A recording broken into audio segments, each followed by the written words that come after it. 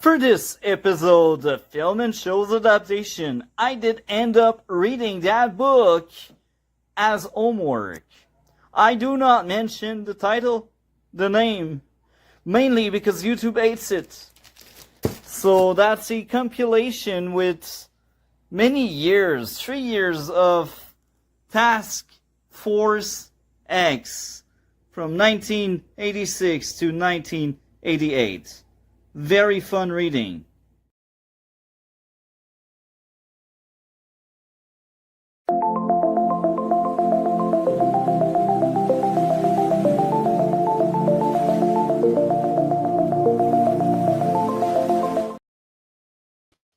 And I am live talking about movies once again. We talk about Suicide Squad 2016 and The Suicide Squad. So I will be blunt and honest. One of them was terrible, as you could expect. The other one was enjoyable. At least it wasn't Birds of Prey bad. I am multi-topic talk. I bring you a new review and let's talk about it. Can we talk about it? Yes, we can. So, the Suicide Squad is the second one, so we will cover the first one prior, the terrible Suicide Squad we had in 2016. It was a product of its time, I will admit. So let's get into the plot of the original one, the bomb, the terrible movie that so many hated, me included. Let's do this. Okay. It was directed by David Ayer, written by David Ayer, based on character from DC, produced by Charles Roven, Richard Sokol, starring Will Smith, Jared Leto, Margot Robbie, Joel Kinnaman, Viola Davis as Amanda Waller, Jai Courtney, Jay Hernandez, A.D. Wally, Akinyu, I guess that's Katana, Ike Baron Olds, I have no idea, Scott Eastwood, Clara Delavigne, I can't. These names are weird. Cinematography, Roman Vaslavanov, edited by John Gilroy, music by Stephen Price. Production company, Warner Bros. Pictures, Rat Pack Dune Entertainment, DC Film, Atlas Entertainment. You see, there are so many people involved. Warner Bros. Picture distributed the movie, and it came out in August 1st, 2016. The running time was 123 minutes. The country was the United States. The language was English. The budget was 175 million. The box office was 749. Why people did end up watching this thing? Really? It's shocking. That movie is just awful. Like, okay, I guess. That was 2016. Let's get into the plot. In the aftermath of Superman's death, intelligence officer Amanda Waller convinces the U.S. government to greenlight Task Force X, a response team of criminal and supervillain. The team will be used to combat metahuman threats under Waller's control via nanite bomb implanted in each criminal neck, which can be remotely detonated if they try to rebel or escape. If successful, they will have their sentence shortened. And I feel like the plot is much longer than this, but here's the catch. We don't need to know anything more than this. It's enough to really tell you what this movie is about. It's about criminal trying to save the world because the heroes, they failed us because it's in the Snyder era where Superman is more Brightburn than Superman, more Homelander than Superman. I exaggerate a bit, but hey, you get what I'm saying, do you? Now, let's really get into my review for this horrendous movie. I despise that thing. It's so bad. I don't know what they were thinking when they made it. Really, I just don't understand. So let's get into my issues. The color grading and or lighting was really bad. My second issue with Suicide Squad, the several attempts at humor throughout the movie were weak. My third issue, the movie introduced too many characters, making most of the task force forgettable. My fourth issue with the first movie we have to cover today was more awful humor with the helicopter scene. My fifth issue was the CGI was really bad. It was insulting to whoever called that visual effect. Really. Now, now.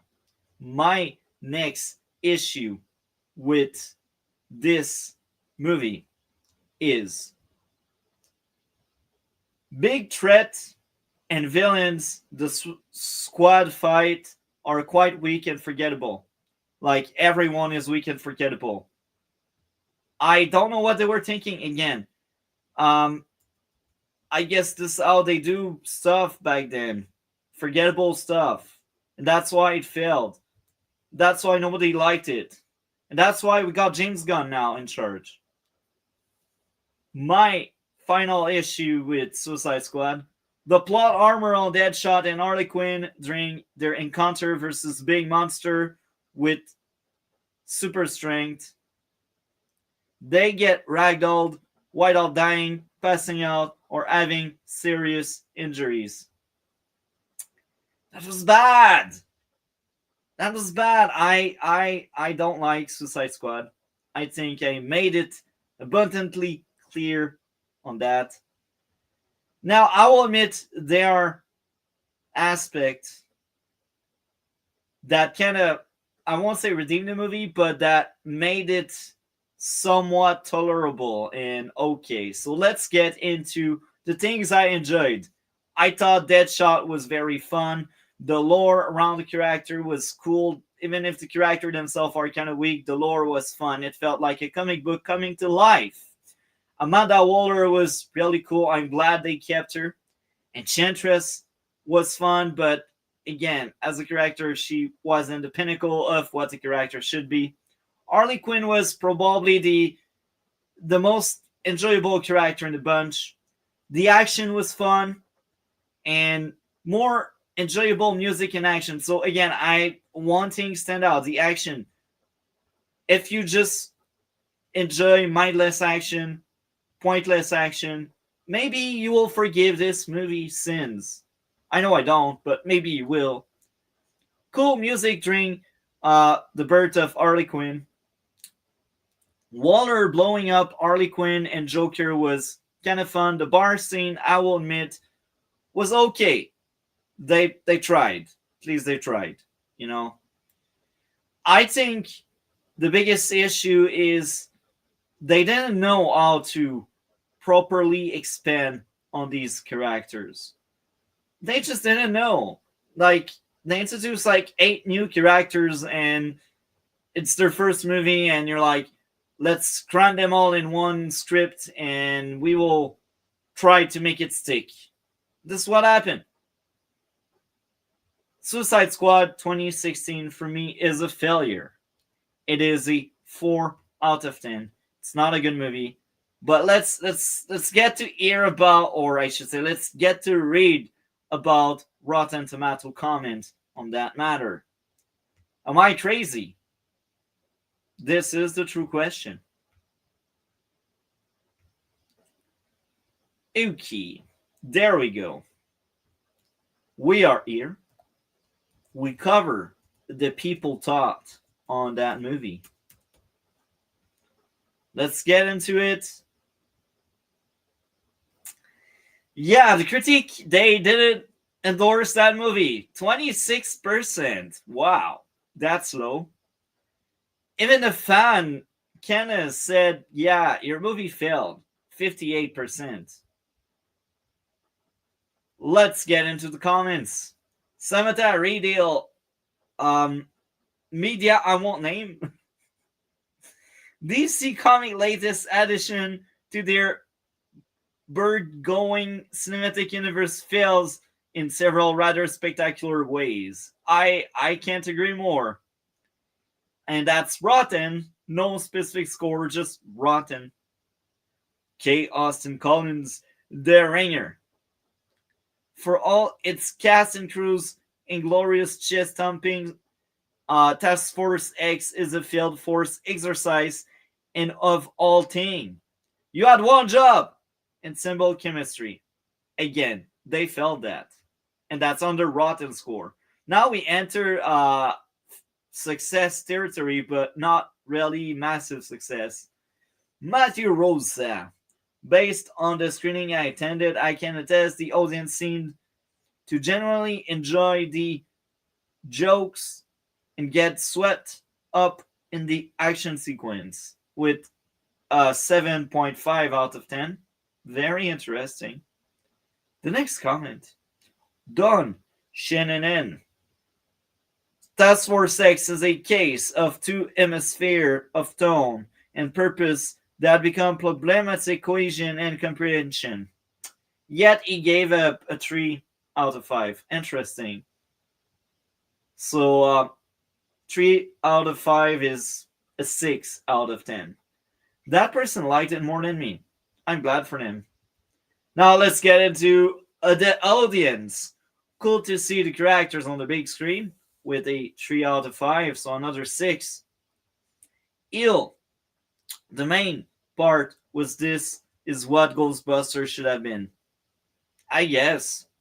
And again, that's another 6 out of 10 for Ill. This is a good film in the mess that was the DCEU. Everyone admits that was a mess, and still we got people latching on it. Great. 3.5 out of 5, so that's a 7. 7 out of 10. I don't understand why such low rating. That said, I am not a teenage or two-something boy who watches DC comic. I love the cast, the backstory that they show you with each of the character. I don't know, that person takes it's a masterpiece. I'm glad for them. Congrats. So, consensus on that movie. Yeah, they've seen worse, they've seen better. I know I also have seen worse and better, but I will say this. It's not a good movie, and I'm glad they dropped the idea, or I should say they rebooted the idea. Now, let's get into the James Gunn version. What did the James Gunn version did? Well, it did the same thing, but better. It's the same premise, but now they add a political twist where it's far more political than the first one, because Peter Safran likes political drama, and apparently James Gunn as well, because even Superman had that kind of flavor with political aspect. So let's get into the better version of that movie.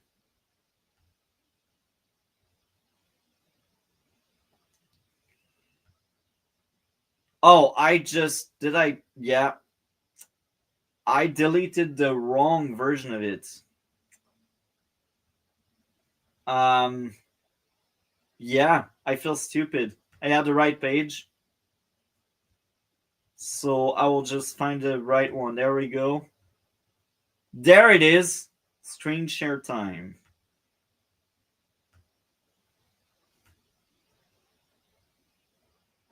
Screen share time.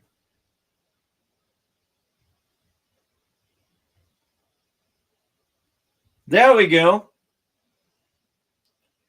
The article is about the 2021 sequel film for the previous film, CSS 2016. So now this time around, it is directed and written by James Gunn, less cook in the room, which makes a much better product in the end. Based on characters from DC, produced by Charles Robin, he is back. Peter Safran is there. Margot Robbie is back. Idris Elba, John Cena, Joel Kinnaman. Joel is back as well. That's surprising. I forgot he was in both movies. Wow. Jai Courtney, Peter Capaldi, Sylvester Stallone. I forgot he was in it. Wow. Viola Davis is also back. Cinematography Henry Ram, edited by Fred Raskin and Christian Warner. Music by John Murphy. Production companies: Warner Bros. Picture, DC Film, Atlas Entertainment, The Safran Company. Distributed by Warner Bros. Picture. Release date: July 21. In the United Kingdom, which is surprising, they got it before the USA. The USA got it a week later. Running time 132 minutes. Country USA. Budget 185 million. Box office 168.7. It's so unfortunate. It bombed. And it was far better than whatever we got with the other one. It's so unfortunate.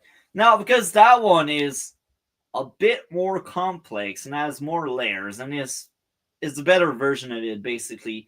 Let's really dive deep into the plot. Intelligence officer Amanda Waller assembled two Task Force X team, colloquially known as the SS Squad, which consists of Belle Reeve, penitentiary inmates who agree to carry out missions in exchange for commuted sentence. The teams are sent to the South American island nation of Corto Maltese after an anti-American regime overthrew its government and are tasked with destroying the Nazi-era laboratory Jotunheim, which houses the secret experiment Project Starfish. Upon making landfall, the Corto Maltese military slaughters most of the first team and captures Harley Quinn, while team leader Rick Flag escapes. Elsewhere, the second team, led by assassin Bloodsport, who Waller blackmailed in exchange for not sending his estranged daughter Tila to prison, and consisting of Peacemaker, King Shark, Polka Dot Man, and a rat catcher too, and her pet rat Sebastian. Wow. Enters the country undetected, revealing that the other team was a deliberate decoy. Waller orders the squad to find Flag, who is being held at a rebel base. The team destroys the rebel soldiers to remain user-friendly, only to learn that rebellion leader Sol Soria had saved Flag despite the group's actions. Soraya agrees to help them infiltrate the capital, where they capture Project Starfish lead scientist the Tinker. Harley is taken to Corto Maltese's new dictator Silvio Luna, who wishes to marry her after learning of Luna plans to use Project Starfish on political dissidents.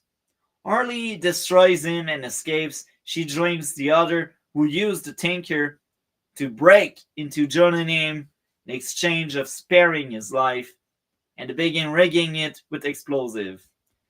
And now the rest is like Peacemaker and Flag Life under the order of Amanda Waller. Amanda Waller wants to give up on the city getting destroyed by a giant starfish, and the task force rebel and they fight the starfish, and people working at the office where Waller is also rebel, and they take out Waller without really ending her life, but they make sure she's no longer in charge.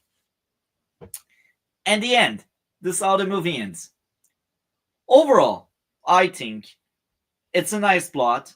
It's far better than whatever we got with the other movie. I'm not a fan of politics, but hey, that happens.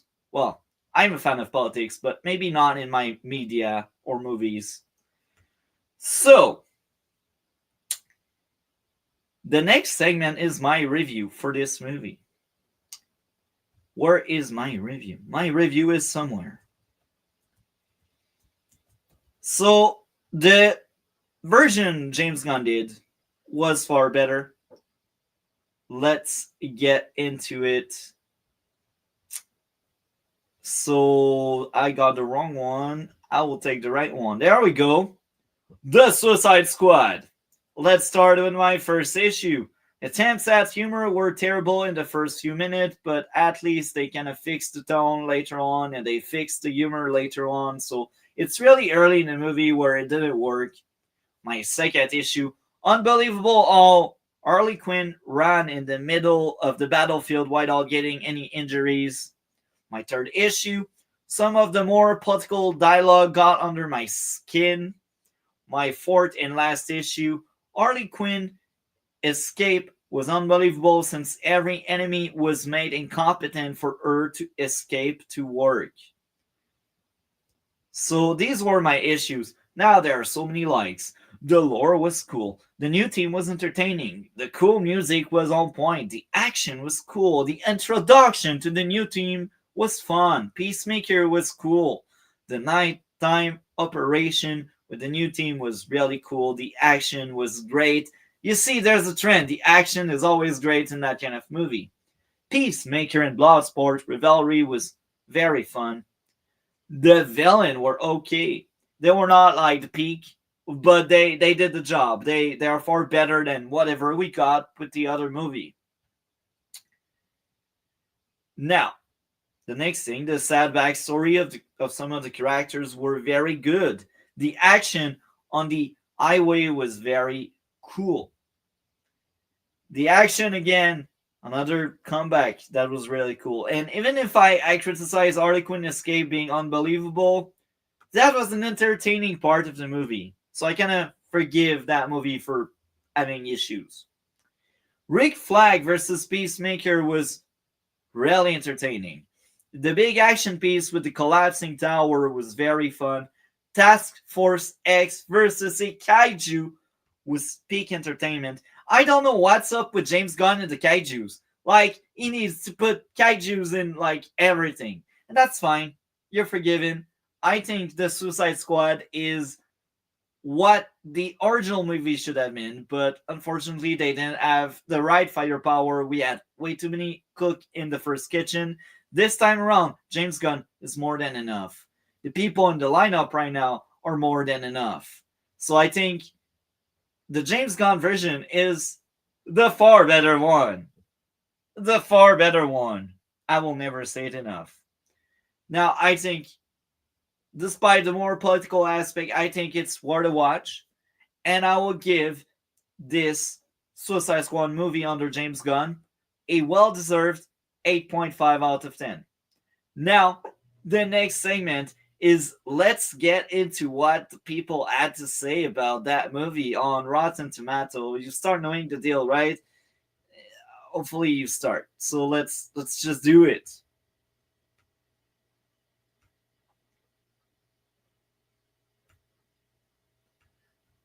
There we go.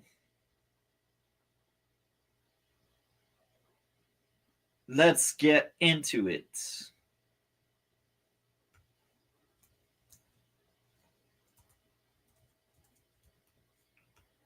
Okay. We can already see a big difference, a big shift. It's 90% for the critique and 82% for the fans. Okay. Okay, we are up to a good start.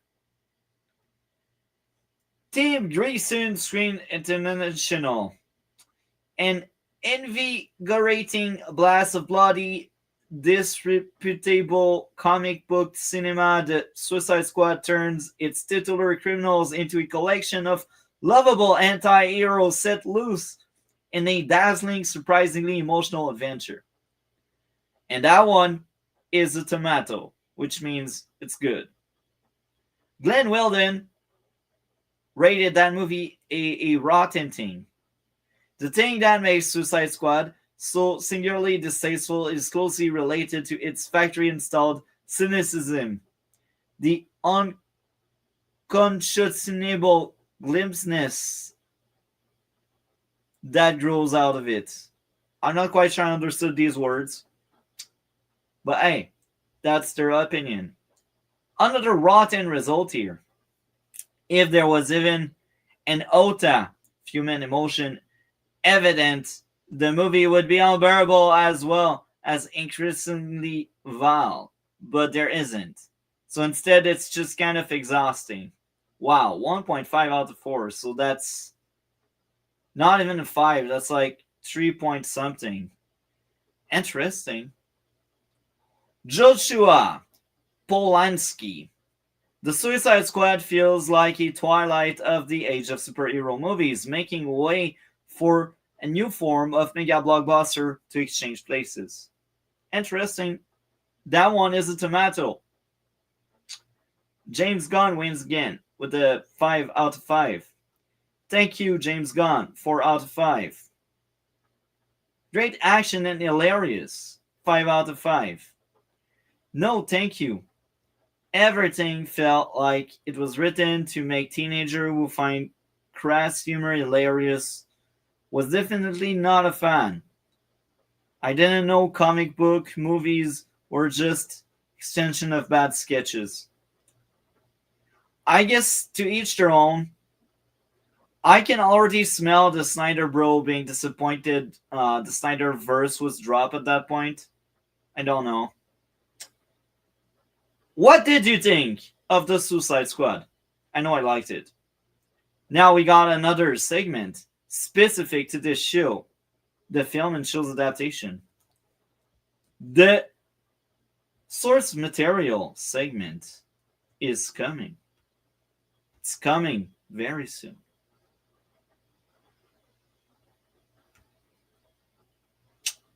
There we go.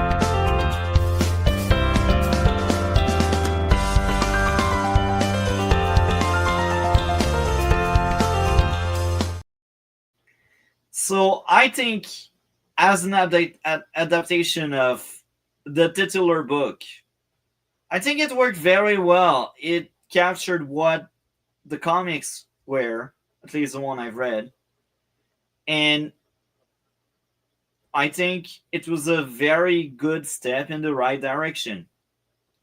So I didn't read a lot of Task Force 6. I've only read the compilation I shared in the intro of this stream. So I'm very limited on what I know, but if I just compare the both, I think both movies are very accurate. So as much as I hated the first one, I think it worked well. And the new one as well. I think the only edge the first one had is the Joker and the Harley Quinn thing. Because I feel like not having the Joker kind of damaged the idea of using Harley Quinn at all. If you don't plan on using Joker, why do you use Harley Quinn? Well, I guess Margot Robbie is hot, so that's why they did, but I don't know. Just because of that Joker and Harley Quinn dynamic in the first movie, as an adaptation, I think the first movie did it better. The 2016, I said it. I think if we just speak about the source material, I feel like it nailed it more. I think it deserves probably an 8 or 9.